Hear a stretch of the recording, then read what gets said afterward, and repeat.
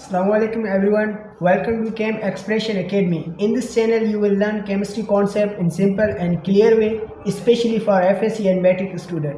Before we begin, make sure to subscribe to the channel and press the bell icon so that you could not miss any new video lecture. चलिए start करते हैं।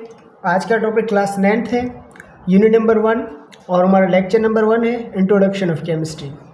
सबसे पहले हम chemistry के introduction करते हैं। Chemistry is the branch of science in which we study matter.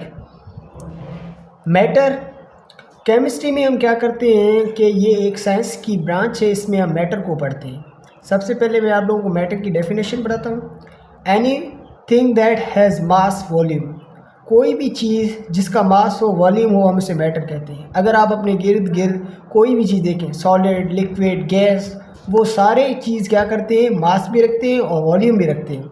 अगर आप देखें आपके पास पेन, कलम जो भी वगैरह पड़े हुए उनका मास भी होगा, मास भी रखे हुए, उनकी वॉल्यूम भी होगी। अगर आपके पास पानी पड़ा हुआ है आप उसको भी देखें, वो गिलास में वॉल्यूम भी रख रहा है और उसका भी कोई मास है। अगर आप सिलेंडर भरवाने जाते हैं, सबसे पहले आप देखेंगे वज़न उसकी देखेंगे हल्का होगा। जब आप सिलेंडर भरवा के लाएंगे तब उसमें वज़न मौजूद होगा, क्योंकि गैस भी वज़न रखता है और वो वॉल्यूम भी रखता है। फिर केमिस्ट्री में हम उस मैटर की कंपोजिशन को भी पढ़ते हैं, उसकी स्ट्रक्चर को भी पढ़ते हैं, उसकी प्रॉपर्टीज़ को भी पढ़ते हैं, उसके चेंजेस को भी पढ़ते हैं। हम एक एग्जांपल लेंगे ताकि इस सब चीज़ को क्लियरफाई करें। हम एग्जांपल ले रहे हैं वाटर की। अगर हम इसकी कंपोजिशन की बात करें, इसमें 2 हाइड्रोजन आते हैं, 1 ऑक्सीजन आता है। 2 हाइड्रोजन और 1 ऑक्सीजन मिलकर वाटर मॉलिक्यूल बनाते हैं। सही है, ये इसकी कंपोजिशन है। ये भी हम केमिस्ट्री में पढ़ते हैं। उस मैटर की स्ट्रक्चर, सेंटर में ऑक्सीजन, यहाँ पे 2 हाइड्रोजन, बैंड शेप का स्ट्रक्चर होता है, 104 डिग्री का ये होता है। ये स्ट्रक्चर जो है ये भी हम केमिस्ट्री में पढ़ते हैं। अगर हम वाटर की प्रॉपर्टी के बाद में करें, लिक्विड है, high boiling point, high specific heat और यूनिवर्सल सॉल्वेंट है। जो भी पोलर सॉल्वेंट्स हैं ये सब इसमें डिज़ोल्व होते हैं, यूनिवर्सल सॉल्वेंट है। ये तमाम प्रॉपर्टीज़ भी हम केमिस्ट्री में पढ़ते हैं। अगर चेंजेस की बात करें, आइस क्या होता है, ये सॉलिड होता है। अगर हम इसको हीट करते हैं तो ये लिक्विड में मतलब वाटर में तब्दील होता है। अगर फर्दर हम इस वाटर को हीट देते हैं तो ये स्टीम गैस में तब्दील हो जाता है। ये तमाम रिएक्शन भी जो मैटर के होते हैं हम वो केमिस्ट्री में पढ़ते हैं। ये रहा डेफिनेशन केमिस्ट्री का, जो हमने इसको एक्सप्लेन करके आप लोगों को बताया। अभी हम फर्दर नेक्स्ट टॉपिक की तरफ जाएंगे। इसका नाम होता है एटम, जो कि मैटर का बुनियादी ज़रिया होता है, बुनियादी ज़रिया। Atom smallest particle of matter that can exist independently or not. It participate in chemical reaction. हम एटम की डेफिनेशन को फर्दर क्लियरिफाई करेंगे, आपको समझाएंगे।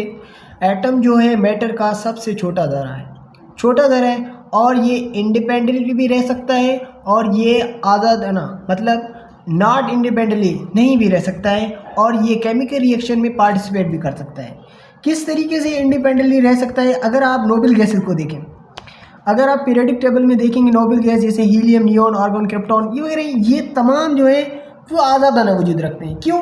क्योंकि ये स्टेबल है। स्टेबिलिटी के लिए इनको वैलेंस शेल में 2 इलेक्ट्रॉन या 8 इलेक्ट्रॉन की ज़रूरत है, जो कि अगर आप हीलियम में देखें उसके वैलेंस में 2 इलेक्ट्रॉन कंप्लीट है। अगर आप नियॉन देखें ऑक्टेट, वो भी कंप्लीट है, स्टेबल है, ये इस तरह से रिएक्ट नहीं करता है।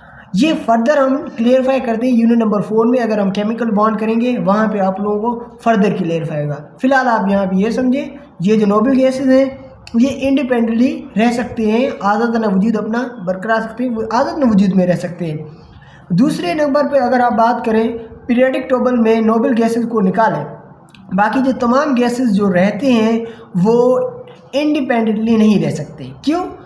क्योंकि उनको अपने वैलेंसी कंप्लीट करने के लिए 2 इलेक्ट्रॉन या 8 इलेक्ट्रॉन की ज़रूरत होती है। इसीलिए वो अपने जैसे या दूसरे एटम से मिलकर मॉलिक्यूल या कंपाउंड वगैरह बनाते हैं।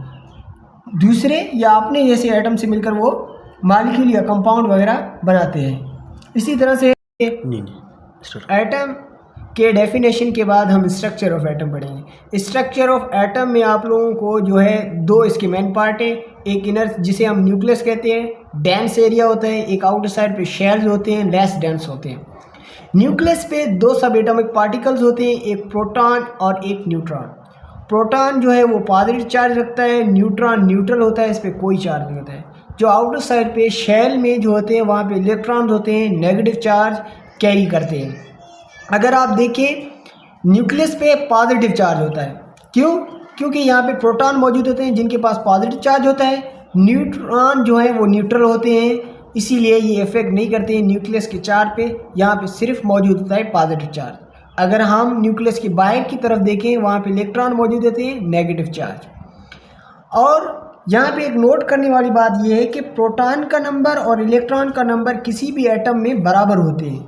बराबर होने की वजह से क्या होता है, जो एटम है वो न्यूट्रल होता है। यहाँ पे सवाल है वाई एटम इज़ न्यूट्रल, अगर आपसे कोई भी पूछे, क्योंकि किसी भी एलिमेंट, कोई भी, हर एटम में प्रोटॉन और इलेक्ट्रॉन की जो तादाद है वो बराबर होती है।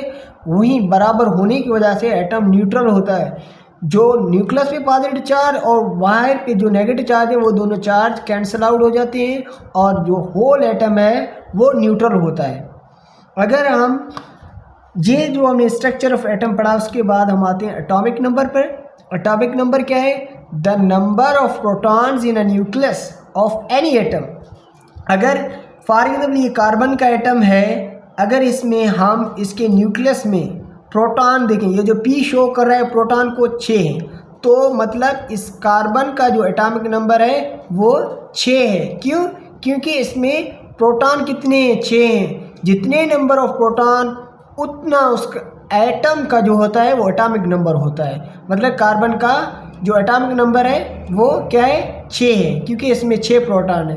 अगर कंफ्यूजन करने के लिए कोई आपसे पूछे प्रोटॉन की जगह पे इलेक्ट्रॉन लगा दे, क्या वो भी एटॉमिक नंबर शो करेगा? जी हाँ, बिल्कुल, क्योंकि हम यहाँ पे पढ़ चुके हैं प्रोटॉन और इलेक्ट्रॉन दोनों बराबर होते हैं, या प्रोटॉन नंबर या इलेक्ट्रॉन नंबर दोनों ही एटॉमिक नंबर को शो करते हैं। दूसरा important point, unique for each element. Her element का अपना अलग एटॉमिक नंबर होता है। हाइड्रोजन का अलग है तो हीलियम का अलग, सोडियम का अलग है तो मैग्नीशियम का अलग। ऐसे नहीं है कि दोनों के सेम होंगे, हर किसी का एटॉमिक नंबर अपना अलग होगा। और इसको हम सिंबल जिससे जाहिर करते हैं वो Z है, Z से जाहिर करते हैं। अगर हम एग्जांपल्स पे आएँ, जैसे कि आप लोगों को मैंने अभी यहाँ पे समझाया, अभी आप लोग खुद नॉलेज गेन कर चुके हैं, अभी आप मुझे बताएंगे कि इसका एटॉमिक नंबर क्या है। फॉर एग्जांपल मैं लिख रहा हूँ सोडियम। सोडियम ये रहा इसका न्यूक्लियस। न्यूक्लियस में जो प्रोटॉन है वो 11 है। फिलहाल हम न्यूट्रॉन को छोड़ रहे हैं। वैलेंस जो दूसरा शेल है उसमें 2 इलेक्ट्रॉन आते हैं, तीसरे शेल में 8 इलेक्ट्रॉन आते हैं,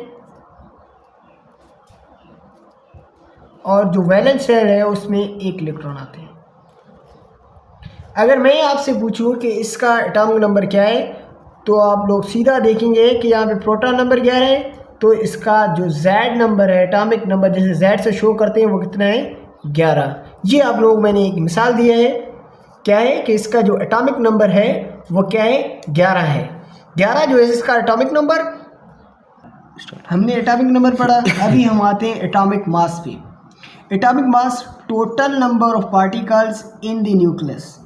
न्यूक्लियस में जो टोटल नंबर ऑफ पार्टिकल्स होते हैं हम उन्हें एटॉमिक मास कहते हैं। आप लोगों को पता है न्यूक्लियस में क्या होते हैं?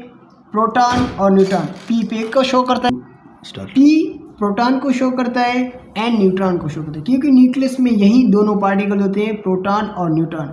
इन दोनों की मजमूई तादाद को हम एटॉमिक मास करते हैं। अगर फॉर एग्जांपल एक हमारे पास है एटम जिसमें प्रोटॉन है 6 और उसमें न्यूट्रॉन है 6 और 6 12, तो इसका एटॉमिक मास कितना हुआ? 12। मतलब इन दोनों का जो मजमूई तादाद होता है प्रोटॉन न्यूट्रॉन का, हम उसको क्या कहते हैं? एटॉमिक मास कहते हैं। एटॉमिक मास का जो सिंबल होता है हम उसे A से शो करते हैं। किससे? A से शो करते हैं। मैं आप लोगों को फर्दर यहाँ पे एक डायग्राम दिखाता हूँ। जैसे कि ये X आप लोगों ने बुक में देखा होगा, X होगा, फिर ऊपर A, फिर Z। ये जो X है ये शो करेगा एलिमेंट को, जो भी एलिमेंट जिसकी बात कर रहे हैं उसको शो करेगा, और जो ये A है ये एटॉमिक मास को, और जो Z है वो एटॉमिक नंबर को शो करेगा। जैसे कि ये है कार्बन। कार्बन क्या है? ये X की जगह पे है, ये है एलिमेंट। 12 मतलब एटॉमिक मास, 6 मतलब एटॉमिक नंबर। समझ में आ गया? अगर आप यहाँ पे देखें X A Z, X carbon, atomic mass 12, Z atomic number. समझ में आ गया? तो देन फर्दर हम आगे जाएंगे। और दूसरी स्टार्ट। हम इतनी देर से पढ़ के आ रहे हैं एटम एलिमेंट कन्फ्यूजन आपको ना हो, इसलिए मैं इसको भी थोड़ा एक्सप्लेन कर लेता हूँ। एटम जो है वो एक सिंगल पार्टिकल है, सिंगल पार्टिकल, और एलिमेंट जो है कलेक्शन ऑफ एटम्स है। मतलब अभी आपको समझाता हूँ। जैसे कि एक एटम है, ये फॉर एग्जांपल एक एटम है, हम इस एक को एटम कहेंगे। अगर इसी सेम तरह के कलेक्शन हो, तकरीबन बहुत ज़्यादा कलेक्शन हो, तकरीबन आप कह सकते हैं 6.022 मल्टीप्लाई 10⁻23 पार्टिकल्स का, तो वो एक एलिमेंट बनाएगा, तो वो एक मोल का एलिमेंट बनेगा। अगर हम फॉर एग्जांपल ये एक मिसाल के तौर पर हम ले रहे हैं, ये सोडियम है, ये सोडियम एलिमेंट है। सोडियम एलिमेंट हम इसे क्यों कह रहे हैं? क्योंकि इसमें कलेक्शन ऑफ एटम्स है। कलेक्शन ऑफ एटम्स मुराद बहुत सारे हैं, 1 2 3 4 बहुत सारे हैं, इनको बहुत सारे मिलियंस के हिसाब से आप देखो, सही है, क्या है, बहुत ज़्यादा है, तो हम इसे क्या कहेंगे, एलिमेंट कहेंगे। वो भी एलिमेंट में सेम सारे ही सोडियम के होने चाहिए, ऐसे नहीं कि ये सोडियम का ये क्लोरीन का, वो एलिमेंट नहीं कहलाएगा। एलिमेंट वो कहलाएगा कि उसमें सारे एटम सोडियम के हों, जितने भी आप एटम्स डाल रहे हो वो सारे सोडियम के हों। और अगर मैं इस सोडियम के एक एटम को बाहर निकालता हूँ तो इसको ही कहते हैं एटम। अगर इसी तरह के बहुत सारे एटम हों उनको एलिमेंट, उनको क्या कहते हैं, एलिमेंट कहते हैं। ये हमने सारा टॉपिक क्लियर कर लिया। फर्दर हम एक थोड़ा सा आगे एलेबोरेट करते हैं अपने टॉपिक को, अपने लेक्चर को। Electron filling in a shell, हमने यहाँ तक एक एटम का स्ट्रक्चर पढ़ा था, न्यूक्लियस, फिर उसके बाद शेल, फिर उसके बाद शेल, वो वाले हमने पढ़े थे। अभी हम उसमें जो इलेक्ट्रॉन है फिल कर रहे थे, पहले में 2 डाल रहे थे, सर ऐसे भी हो सकता है, पहले में 4 डालें, फिर 8 डालें, फिर 12 32 जितनी भी डालें हमारी मर्जी, लेकिन उसका एक फार्मूला होता है। इलेक्ट्रॉन फिलिंग जो शेल में करते हैं उसका एक फार्मूला होता है। जैसे मैंने पहले 2 डाले थे, फिर 8 डाले थे, फिर 1 डाला था, वो एक तरीका है कि वो जो फार्मूला है 2n2 का फार्मूला, उससे आप अप्लाई कर कर इलेक्ट्रॉन फिलिंग करते हैं शेल में, और हर एटम का स्ट्रक्चर भी बना सकते हैं। आइए आप भी मेरे साथ ये प्रैक्टिस करें, sodium, chlorine, magnesium, phosphorus, sulphur, ताकि आपका जो प्रैक्टिस है और आपका कॉन्सेप्ट है वो सारे बिल्डअप हो जाए मेरे साथ। अभी आप लोग, सही है, वो हम फार्मूला यूज़ करेंगे। यहाँ पे जो ये n है 2n2, ये जो n आप लोगों को स्लाइटली थोड़ा, ये जो n है ये शो करेगा शेल को, नंबर ऑफ शेल को। फॉर एग्जांपल हमें पहले शेल में कितने इलेक्ट्रॉन डालने हैं वो देखना है, तो मैं क्या करूँगा, सबसे पहले 2 लिखूँगा, लिखा, नंबर ऑफ शेल कितना है पहला, तो मैं पहला लिखूँगा, फिर इसका स्क्वायर। इसको सॉल्व कैसे करेंगे, 1 का स्क्वायर कितना आएगा, 1 का स्क्वायर 1, फिर 2 का पढ़ा 1 पे पढ़ोगे कितना आएगा, 2, तो मतलब 2 आया आंसर। मतलब कि पहले शेल में 2 इलेक्ट्रॉन फिल करेंगे। अगर यहाँ पे मैं 2, अगर दूसरा शेल ले रहा हूँ, 2 का स्क्वायर, 2 का पढ़ा 2 पे 4, और 2 यहाँ पे 4 आया, तो 2 का पढ़ा 4 पे कितना आएगा, 8। मतलब कि दूसरे शेल में कितने इलेक्ट्रॉन आएंगे, 8 इलेक्ट्रॉन आएंगे। फॉर एग्जांपल मैं एक सोडियम का स्ट्रक्चर बनाता हूँ। सोडियम में ये मैंने न्यूक्लियस बनाया, सोडियम में प्रोटॉन कितने, 11, क्योंकि ये एटॉमिक नंबर 11 है तो प्रोटॉन 11। तो इसके पहले शेल में कितने इलेक्ट्रॉन आएंगे, हमने ये फार्मूला निकाला, फार्मूले की मदद से पहले शेल में 2, दूसरे शेल में कितने आएंगे, 8। इस फार्मूले की मदद से हम 8 पुट कर रहे हैं, 8 पुट किया हमने। तीसरे फार्मूले में कितने आएंगे, हमने फार्मूला लगाया 2 3 का स्क्वायर 2, 3 का पढ़ा 2 मरतबा, 3 3 9, 9 का पढ़ा 2 मरतबा 18 आ रहे हैं। लेकिन सोडियम के पास बाकी बचे कितने इलेक्ट्रॉन, सोडियम के पास बाकी 1 इलेक्ट्रॉन बचा। अगर इसके पास 18 इलेक्ट्रॉन होते फर्दर इसके अलावा, तो हम 18 ही रखते, लेकिन इसके पास आखिर में सिर्फ 1 ही इलेक्ट्रॉन बचा, तो उस 18 की जगह पे हम 18 नहीं भरेंगे, क्योंकि इसके पास हैं ही 11 इलेक्ट्रॉन, तो आखिर में 1 बच रहा है तो हम 1 लिखेंगे। इस 18 से मुराद ये कि हम जो है थर्ड जो शेल होता है हम उसमें तकरीबन से तकरीबन 18 इलेक्ट्रॉन रख सकते हैं अगर उसके पास इतने इलेक्ट्रॉन मौजूद हों। अगर नहीं है, जितने भी बच रहे हैं वही रखेंगे। एक है तो एक रखेंगे। एक और मैं आप लोगों को मिसाल दूंगा क्लोरीन का, फिर ये तीनों आप लोगों के होमवर्क हैं, ये आप लोगों को करने हैं। क्लोरीन के पहले शेल में ये हमने न्यूक्लियस